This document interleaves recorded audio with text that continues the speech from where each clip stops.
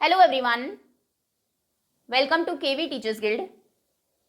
सो बच्चों, अभी हम डिस्कस करेंगे क्लास 8 इंग्लिश के third chapter the selfish giant के NCERT question answers.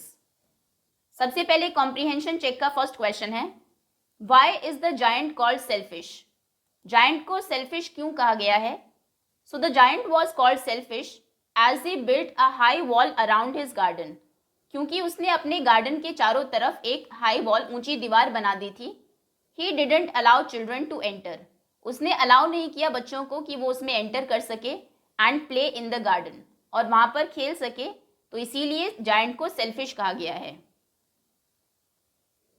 Second question is on one occasion, एक ओकेजन पर द चिल्ड्रन सेड, बच्चों ने कहा, how happy we are here, हम यहाँ पर कितने खुश हैं। लेटर दे सेड, बाद में उन्होंने कहा, how happy we were there, हम वहां पर कितने खुश थे। So what are they referring to in both cases, दोनों ही केसेस में वो किसको रेफर कर रहे हैं, किसकी बात कर रहे हैं। So they are referring to the giant's garden, वो जायंट के गार्डन को रेफर कर रहे हैं इन बोथ केसेस, दोनों ही केसेस में। इन द फर्स्ट सेंटेंस, पहला जो सेंटेंस है, जब उन्होंने कहा था कि हम यहाँ पर कितने खुश हैं, they were enjoying in the garden, उस टाइम पर वो गार्डन में एंजॉय कर रहे थे। But in the second sentence, लेकिन जो दूसरा सेंटेंस है, जब उन्होंने कहा कि हम वहां पर कितने खुश थे, giant built a high wall around it, उस टाइम तक जायंट ने गार्डन के चारों तरफ हाई वॉल्स बना दी थी। नेक्स्ट थर्ड क्वेश्चन का फर्स्ट पार्ट है, व्हेन स्प्रिंग केम, जब स्प्रिंग आती है, बसंत ऋतु आती है, it was still winter in the garden, garden में तब भी विंटर ही थी। What does winter stand for और इंडिकेट हियर, विंटर यहाँ पर क्या इंडिकेट कर रही है। So winter indicates that flowers did not bloom in the giant's garden. वो इंडिकेट करती है कि जायंट के गार्डन में फ्लावर्स ब्लूम नहीं हुए, फूल नहीं खिले। The birds didn't sing, birds ने गाना नहीं गाया। There was no sign of joy and greenery. वहाँ पर ग्रीनरी का, हरियाली का और जॉय का कोई भी साइन नहीं था। इसी का सेकेंड पार्ट है, winter has been presented as a story, winter को एक स्टोरी के जैसे प्रेजेंट किया गया है with its own characters. Winter के खुद के कैरेक्टर्स हैं, खुद की एक्टिविटीज हैं, आपको डिस्क्राइब करना है स्टोरी को in your own words. So winter has been portrayed as a destroyer, winter को एक डिस्ट्रॉयर के जैसे, विनाश करने वाली जैसे प्रेजेंट किया गया है, क्योंकि ट्रीज पर नए पत्ते नहीं आ रहे हैं, फ्लावर्स ब्लूम नहीं कर रहे हैं, बर्ड्स सिंग नहीं कर रही है। It has its own characters, इसके खुद के कैरेक्टर्स हैं। Snow and frost are the most prominent factors, इसमें स्नो, बर्फ और फ्रॉस्ट जो पाला पड़ता है, ठंड होती है, वो मोस्ट प्रोमिनेंट है, मेन वो होते हैं विंटर में। The trees look lifeless, trees बिल्कुल लाइफलेस लगते हैं। North wind has come to stay there permanently, north wind, ठंडी जो हवाएं हैं, वो वहां पर परमानेंटली रहने के लिए आ गई है। And hails settle on the roof, roof छत के ऊपर हेल्स, ओले जो है वो सेटल डाउन हो गए हैं। Next, was the giant happy और sad over the state of the garden, garden का जो स्टेट था, गार्डन की जो हालत थी, उसको देखकर जायंट हैप्पी था या फिर सैड था। So the giant felt sad to see the state of his garden, उसके गार्डन के स्टेट को देखकर जायंट सैड फील कर रहा था। Different season brought no change in it, क्योंकि अलग अलग सीजन्स आई लेकिन उसके गार्डन में कोई भी चेंज नहीं हुआ। Fifth question is, what effect did the linnet's song have over hail and north wind, linnet एक छोटी सी चिड़िया का नाम है, उसके गाने का क्या इफेक्ट हुआ हेल के ऊपर, ओलों के ऊपर और नॉर्थ विंड के ऊपर।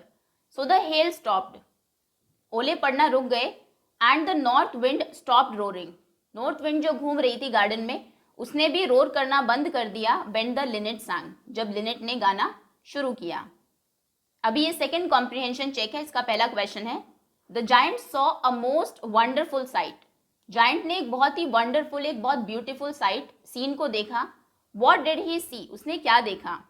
सो the giant saw that through a little hole in the wall, उसने देखा कि वॉल में, दीवार में एक छोटा सा होल है, छेद है, उससे the children had entered into the garden, बच्चे गार्डन में आ गए हैं।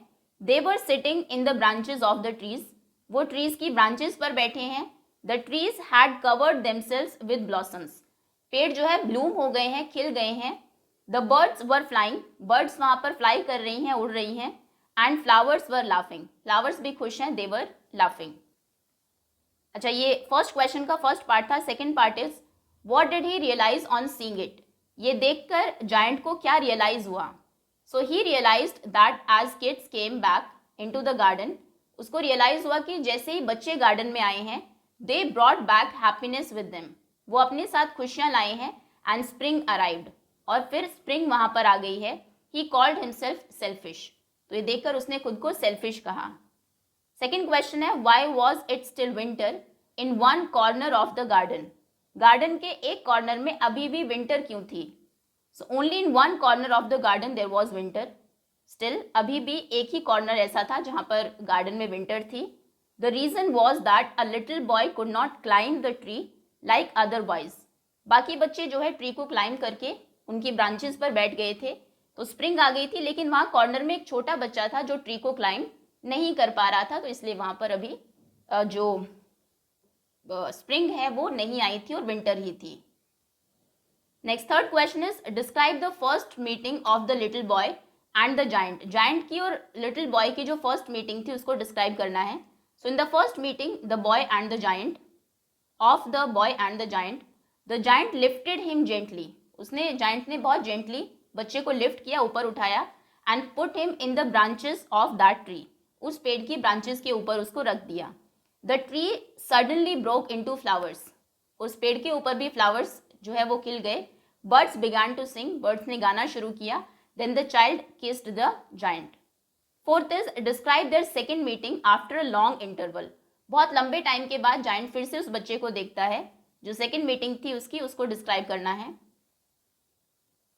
सो in the second meeting after so many years, बहुत सारे सालों के बाद सेकेंड मीटिंग में the giant saw wounds on the little boy's palm and feet, उसने देखा कि उस छोटे बच्चे की पाम पर, हथेली पर और पैरों में वुंड्स घाव है। ही बिकेम फ्यूरियस, उसे बहुत गुस्सा आता है। He wanted to kill the man who had wounded the child, वो उस आदमी को मारना चाहता है जिसने उसको ये घाव दिए हैं, उसको चोट पहुंचाई है। But the boy said that those were wounds of love, लेकिन बच्चा कहता है ये जो घाव है ये लव के है। नेक्स्ट इज, द जायंट ले डेड, जब जायंट की डेथ होती है, all covered with white blossoms, तो उसके ऊपर बहुत सारे सफेद फूल गिर जाते हैं। What does this sentence indicate about the ones selfish giant?